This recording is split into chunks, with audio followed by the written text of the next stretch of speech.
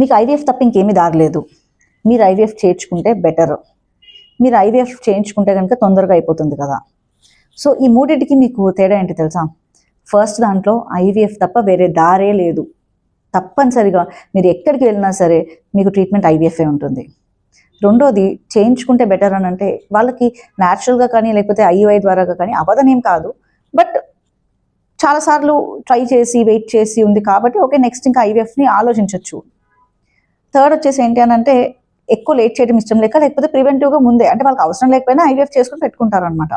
So ఈ 3 categories ఉన్నాయి. మనం ఇప్పుడు ఆ 3 కేటగిరీస్ అసలు ఏమేమి వస్తాయో చూద్దాం. ఫస్ట్ థింగ్, మీకు ఖచ్చితంగా ఐవీఎఫ్ఏ కావాలి, ఐవీఎఫ్ తప్ప ఇంకేం దారి లేదు అనుకున్న కేసెస్ ఏంటి? ఫీమేల్స్లో అంటే ఆడవాళ్ళలో వచ్చేపాటికి ప్రీమెచ్యూర్ ఓవేరియన్ ఫెయిల్యూర్, అంటే సమయం కంటే ముందుగానే అండాశయము గివప్ ఇచ్చేసింది, అంటే ఇంకా పని చేయట్లేదు, అండాశయం అయిపోయింది, అండాశయం పని ఒకటి అది. సెకండ్, ఫెలోపియన్ ట్యూబ్స్ బ్లాక్ అయిపోవటం ఆర్ ఫెలోపియన్ ట్యూబ్స్ లేకపోతే కంప్లీట్గా డ్యామేజ్ అయిపోవటం. Third, severe uterine factor or అసలు యూట్రసే లేకపోవటం. చాలా బ్యాడ్ సిచ్యువేషన్లో యూట్రస్ ఉండి ఫైబ్రాయిడ్స్ వల్ల అయినా లేకపోతే ఎడినోమయోసిస్ వల్ల అయినా ఇట్లాంటి కొన్ని కండిషన్స్ ఉంటాయన్నమాట. అవన్నీ ఏంటంటే పువర్ యూట్రైన్ ఫ్యాక్టర్స్ అనమాట.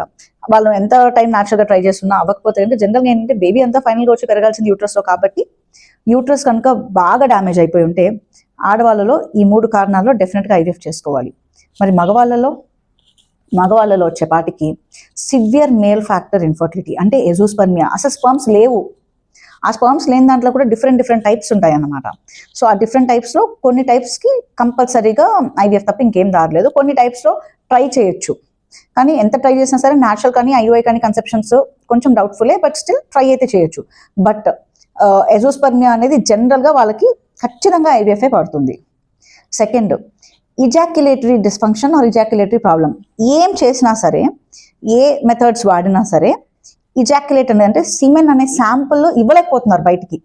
ఏదో న్యాచురల్ ఇంటర్కోర్స్ అన్నా లేకపోతే ఐయుఐ చేయడానికన్నా శాంపుల్ కనుక ఇవ్వలేకపోతూ ఉంటే ఏంటి అని అంటే కొన్నిసార్లు లోపల నుంచి మనం స్పర్మ్స్ తీసి చేయాలి, కాబట్టి ఖచ్చితంగా ఐవీఎఫ్ చేసుకోవాలి.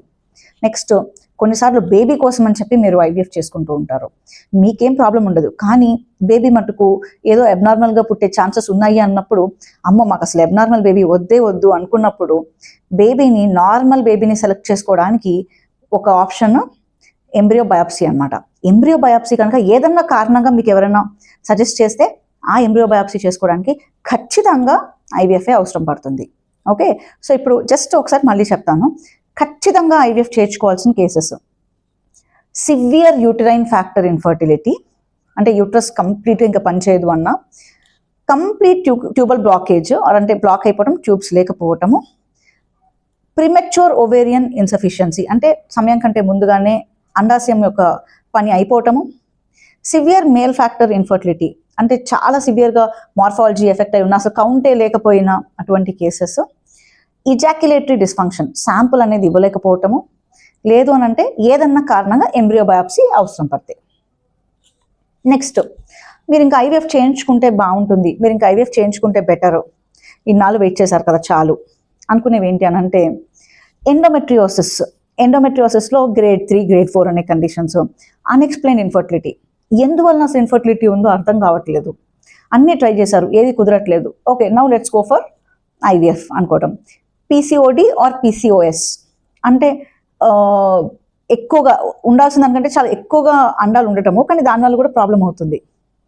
నెక్స్ట్, అడ్వాన్స్డ్ మెటర్నల్ ఏజ్, తల్లి యొక్క ఏజ్, ఎవరైతే మదర్ అవుదాం అనుకుంటున్నారో తన ఏజ్ చాలా ఎక్కువగా అయిపోతుంది అనుకోండి, జనరల్గా 35 కంటే ఎక్కువగా ఉంటే ఐవీఎఫ్కి వెళ్ళిపోవటం బెటర్. ఎందుకు అని అంటే అప్పటిదాకా ఆల్రెడీ ట్రై చేశారు, బట్ 35 తర్వాత ఇంకా లేట్ అయితే కనుక వాళ్ళకి ఆల్మోస్ట్ పిల్లలు పుట్టే ఛాన్స్ తగ్గిపోతుంది, కాబట్టి ఇంత టైం వెయిట్ చేశారు కాబట్టి you can go for IVF.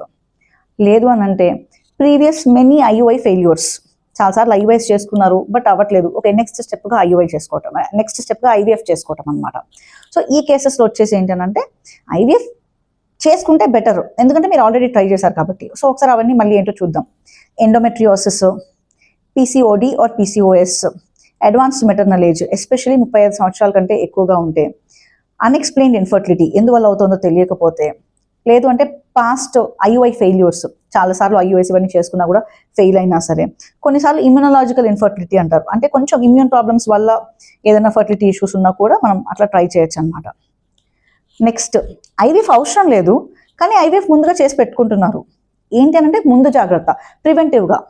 వాళ్ళకి ప్రాబబ్లీ నార్మల్గా కన్సీవ్ అయ్యే ఛాన్సెస్ ఉండొచ్చు, కానీ ముందుగా చేసుకోవటం ఏంటంటే మీరు వినే ఎగ్ ఫ్రీజింగ్ లేదంటే ఎంబ్రియో ఫ్రీజింగ్. ఏంటంటే కెరియర్ కోసం అన్నా లేకపోతే ఇంకేదన్నా కారణంగా అన్నా తర్వాత ఫ్యూచర్లో ప్రాబ్లం అవుతుందేమో అని చెప్పి ముందు జాగ్రత్తగా చేసుకుని పెట్టుకోవటం, దీన్నే ప్రివెంటివ్ ఐవీఎఫ్ అంటారు.